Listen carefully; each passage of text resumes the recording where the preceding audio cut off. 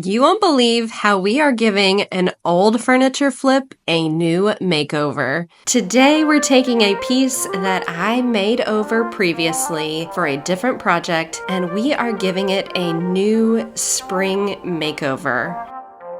Welcome to the Flipper's Guide, where we do totally doable DIYs. My name's Autumn, and my goal is to help you create a home that you love, one DIY at a time. So let's talk a little bit more about this piece. I first refinished this piece in a theme. It was a Hawaiian theme. I was trying to help raise awareness with another group of DIYers, and we were raising money for the Hawaiian fires. This piece did not sell, and so I am going to repaint it and refinish it to make it to where it is definitely more functional for a home and will fit in much easier with a more neutral color. Now, I love this piece, but you can't keep a piece forever, especially if it's not selling. And what's so cool is that this worked out perfect for the Spring Renew Challenge. It is a unique antique challenge hosted by the Crafty Creech DIY and the Asking Spot, and I'm so excited to see how it goes. Be sure to check out the description for the details and the playlist.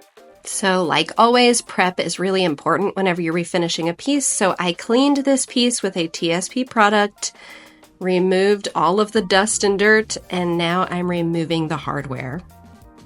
This piece was previously painted with a mineral paint and some chalk paint for the drawings on the top. I actually hand painted those and I love them, but we just can't keep them. This bottom hardware is unique in that the screws actually drill directly into the drawers. And here's a quick tip for you. If you ever take off your hardware and need to open a drawer, a screw or a nail fits in those hardware holes really well, and you can get those and use them to pull the drawer open. Next, I wanted to make sure that this surface was really smooth, so I sanded it down. There were some bumps, oops, dropped it. There were some bumps and little areas that I wanted to be smooth for the new paint, and I wanted that new paint to grip well. We're just going to be painting over the top of the old paint. If you haven't already subscribed to my channel, I would love for you to do that. We have so much fun here with all of our DIYs, furniture flips, and I even share thrifts and tips for that. So be sure to hit subscribe and follow along because you won't want to miss what's coming up next. While sanding, I realized that I had used wax on this piece in order to seal it. So we needed to remove that, and mineral spirits helps to clean that wax off and clear it off. So I went over the entire piece with some mineral spirits, and we could sand even more heavily, but if you sand more, it's going to just push that wax further into the piece. So I went ahead, used that mineral spirits to remove the wax, and then did another light sanding over the piece.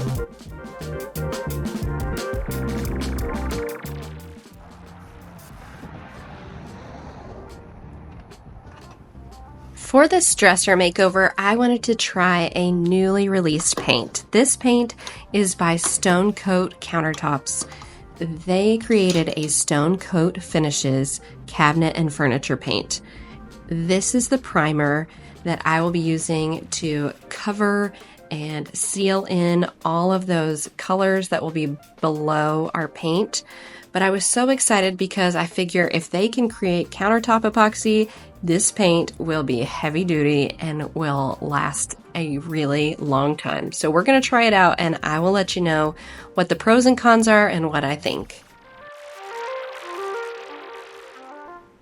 I first got started with the primer and got it in my Wagner sprayer. This sprayer is really good for latex paints, thicker paints, and it goes on very well.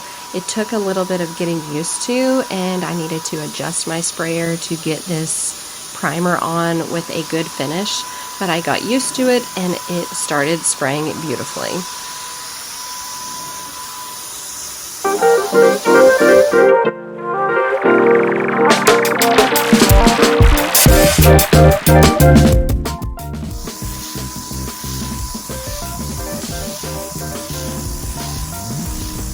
One thing that I will say about a primer is that it does not have to be perfect. So as you can see, I am not doing a full coverage of this primer. It is really here to block out the colors, block out any sort of stains that may come through, those kind of things. And so it doesn't have to be a perfect paint job.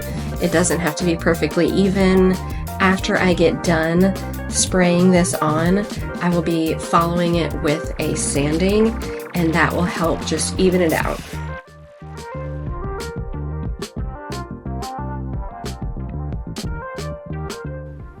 Okay, see if you noticed anything strange about this video.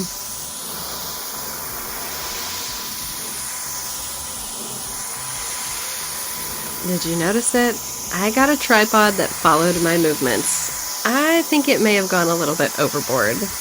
I mean, it's still pretty cool.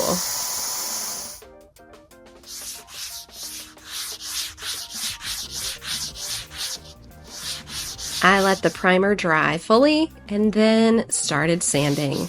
It really only needed a light scuff sanding and it was smooth.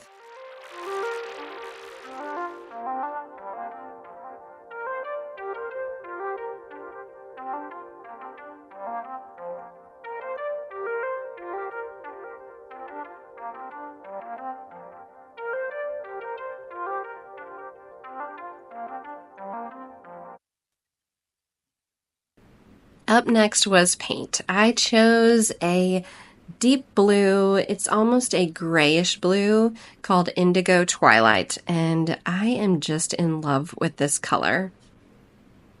One thing I would recommend to do that I did not do today is to strain your paint.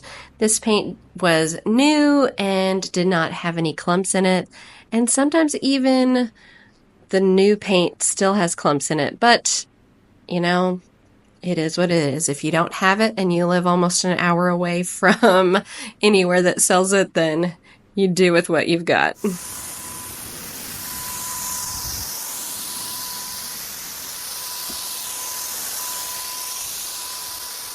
I was really impressed with how this stone coat paint sprayed. It went on really smooth, and look at that coverage.